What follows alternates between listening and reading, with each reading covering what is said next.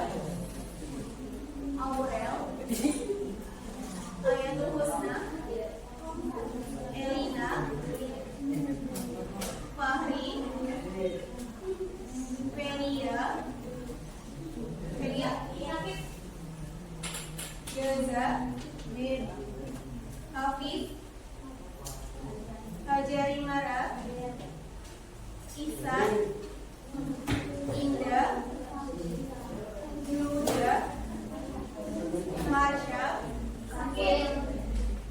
Mailani, Joyce Idrus, Zaki, Alfia, Ilyas,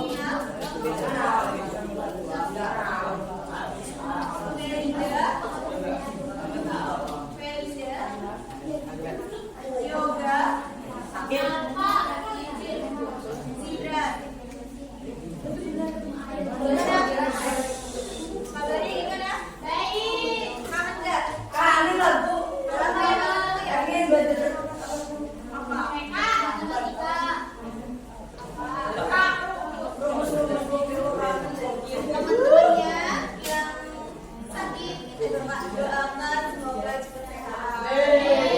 Yang sehat jaga kesehatan. Jangan makan es terus, beli mie terus. Makan. Oke? Udah siap belajar?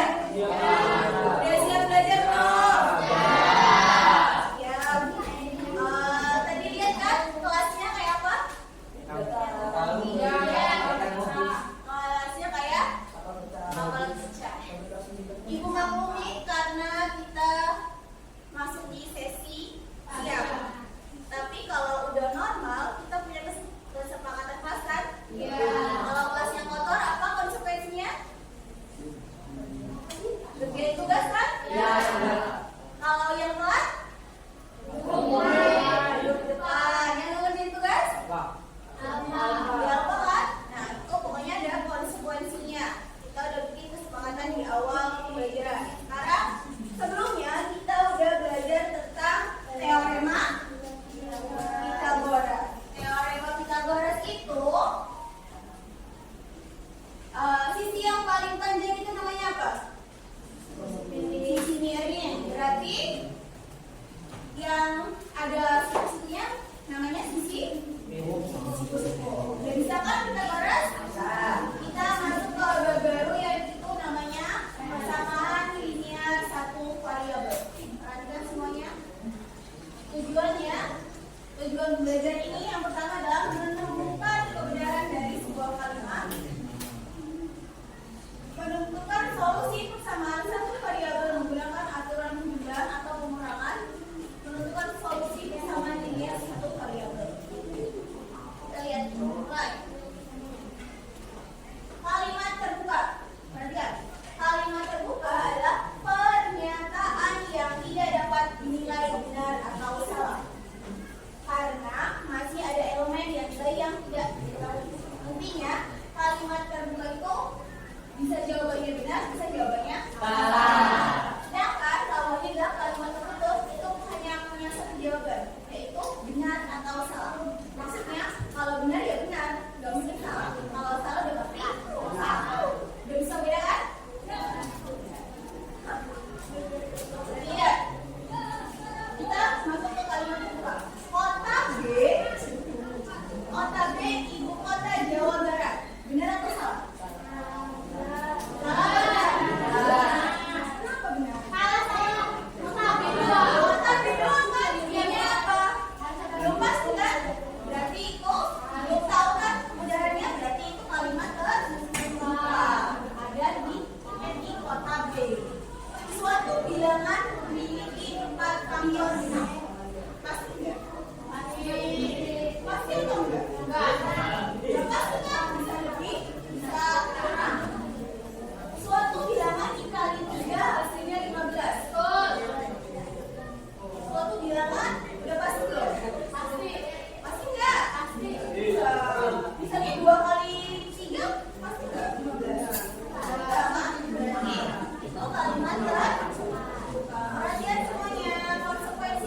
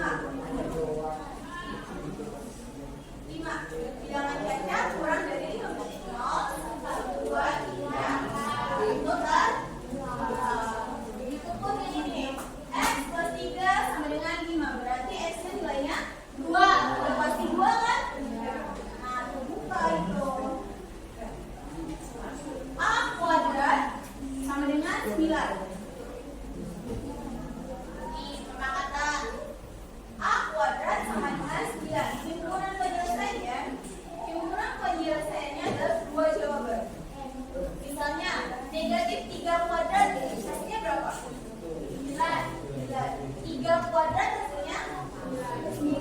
Jawabannya ada 2. Kita masuk ke, udah bisa kan membedakan mana yang terbuka mana yang tertutup?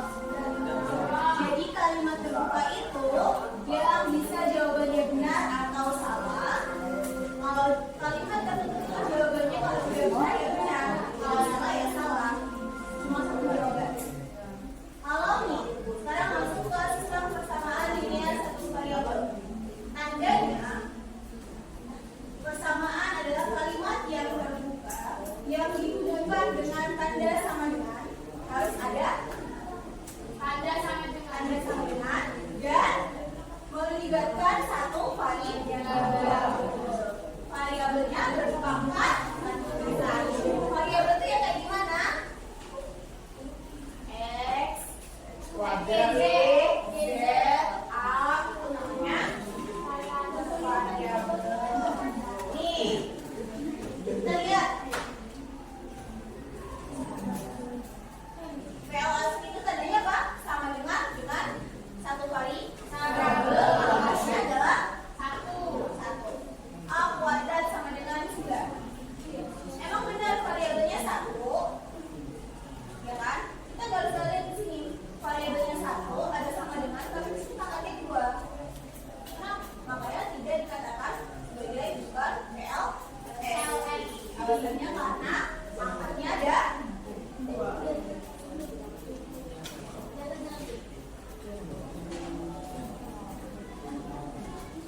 X plus Y sama dengan 10. Kenapa dikatakan bukan PLSP? Karena di sini variabelnya ada berapa? 1. Di sini variabelnya ada berapa? 2. Apa aja? X dan Y. Maka bukan dikatakan sebagai PLSP. Nah, di sini kenapa tidak dikatakan PLSP? Karena tidak ada sama dengan, malah menggunakan tanda kurang dari. Makanya dikatakan bukan PLSP. Paham? Lanjut. Nih, kenapa ini dikatakan PLSP? Tandanya apa? Ada tambah, ada tanda sama sama variabelnya, pangkatnya 1. Variabelnya namanya X kan. Selanjutnya dua persamaan dikatakan ekuivalen jika memiliki penyelesaian yang sama. 2x plus 5 sama dengan 9. Ini PLSP. Ada sama dengannya, variabelnya pangkatnya 1. Kenapa x sama dengan 2? Kira-kira nih,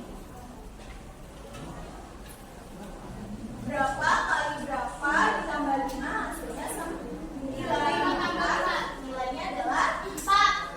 2 kali 2 adalah 4 sama dengan 5 sama dengan 9. Begitu pun yang ini, 2 kali 2 adalah 4. Maka dikatakan ekuivalen karena nilainya itu sama dengan 2. Nih, prinsip timbangan.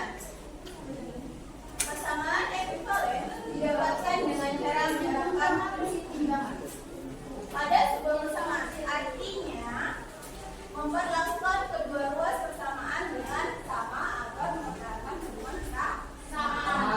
Seimbang. Menggunakan sama. Jika diambil 2 bola kuning saja dari ruas kiri, maka timbangan menjadi tidak seimbang. Oleh karena itu, kita harus memperlakukan ruas kiri dan kanan secara adil. Karena kita mengambil 2 bola kuning dari ruas kiri, maka kita harus mengambil 2 bola kuning dari ruas kanan. Kalau 2 kiri dibuang, berarti ini juga harus dibuang. Biar seimbang ruasnya. Ini PLSP akan tetap ekuivalen jika kedua ruas ditambah atau dikurang dengan bilangan yang sama. Kalau sebelah kanan ditambah 2 berarti sebelah kiri ditambah 2. Kalau sebelah kanan dikurangi 5, sebelah kiri dikurangi 5. Namanya seimbang. Kedua ruas dikali atau dibagi dengan bilangan yang sama. Lanjut. Nih,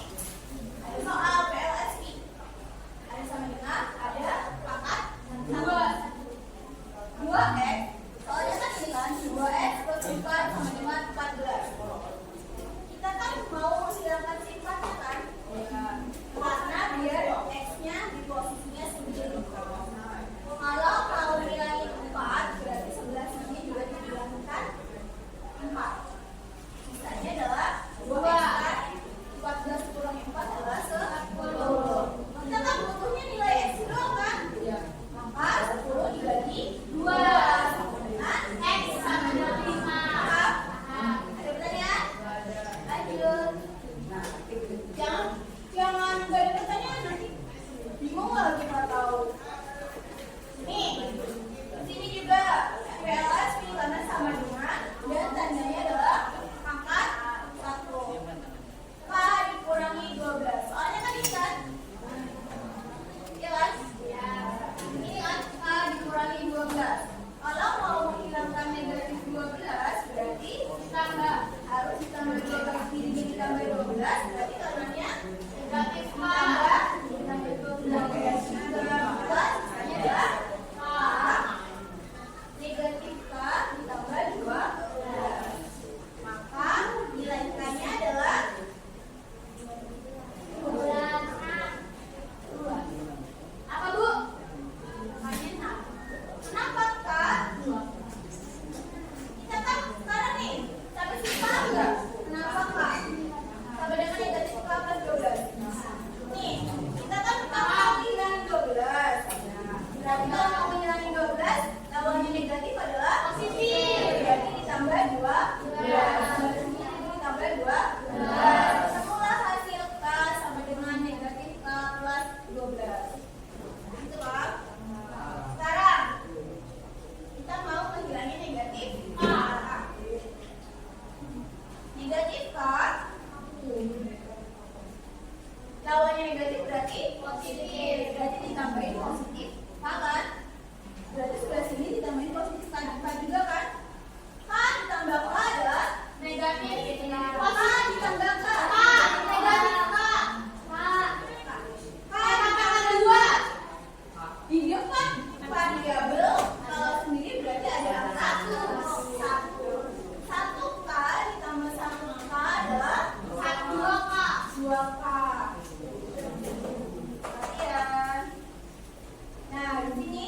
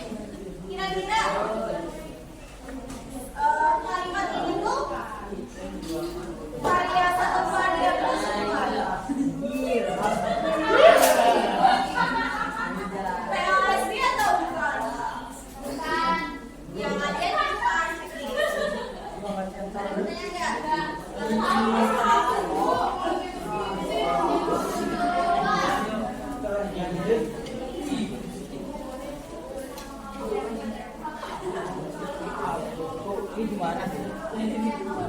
Gimana sih?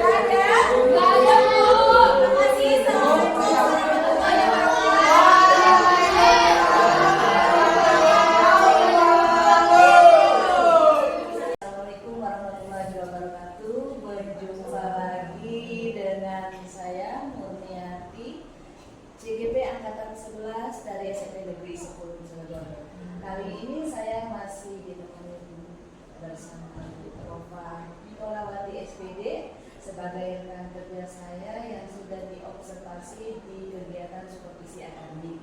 Dan saya juga dibersamai oleh Ibu Sofianti MPD sebagai pengajar praktik di pendidikan guru penggerak angkatan 11. Assalamualaikum Bu Yo.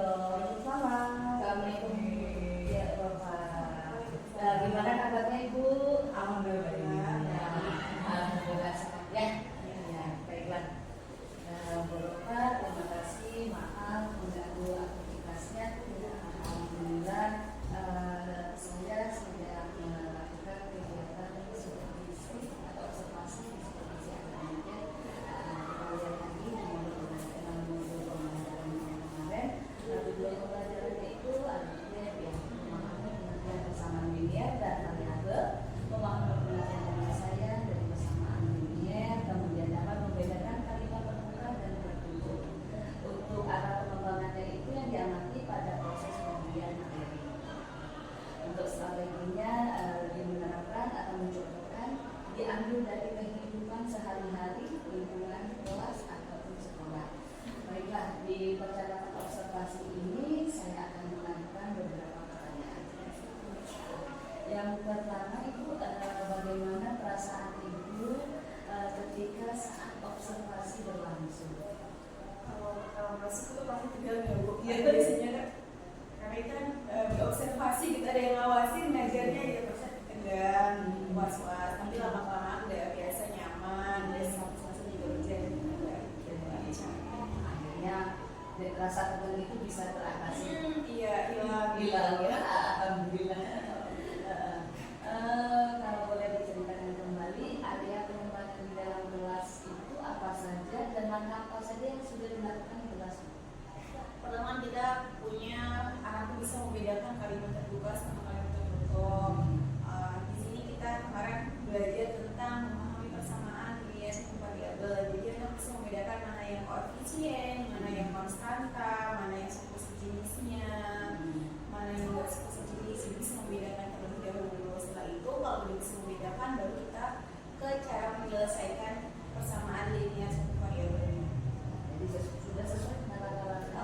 Sudah sesuai. Menurut Ibu, area pengembangan yang di pembelajaran itu sudah berhasil atau tidak? Karena kita masih di tahap ibaratnya awal baru masuk ya Bu, alhamdulillah sudah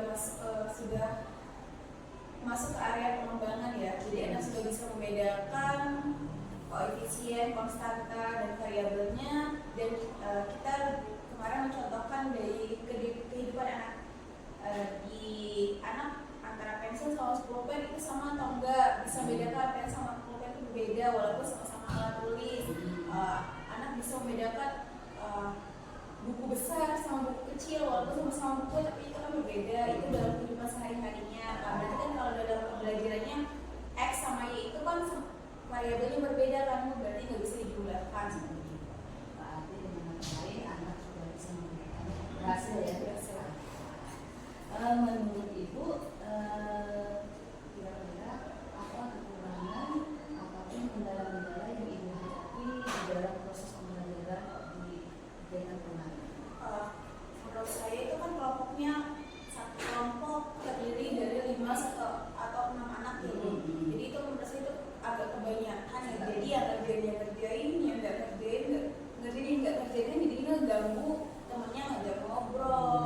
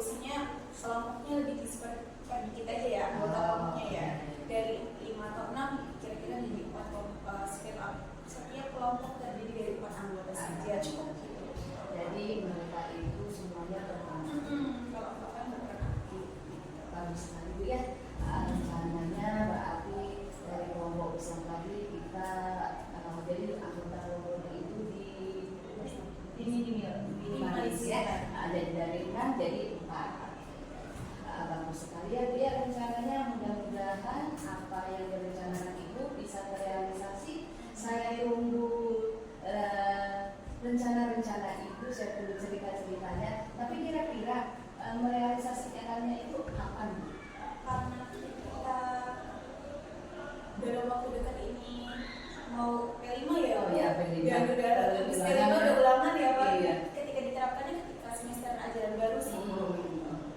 Oh, jadi untuk perencanaan itu akan direalisasikan pada tahun ajaran yang baru. Mudah-mudahan perencanaan dan apa yang direncanakan itu bisa terrealisasi. Baiklah Ibu Yo, saya berikan kesempatan untuk memberikan tempat lagi terhadap kegiatan percakapan pasca observasi. Terima kasih, alhamdulillah tadi cakapan dapat izin. Jadi Bu Murni selaku coachnya yang sebagai coachingnya dan nanti sebagai orang yang berobservasi dan dalam pasca ini kaitannya menggali lagi kira-kira kekurangan atau hal-hal yang belum dilakukan, yang sudah dilaksanakan tapi belum sempat dilaksanakan gitu.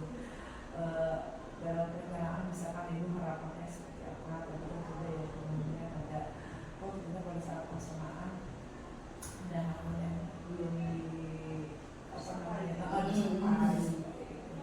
Dan itu tadi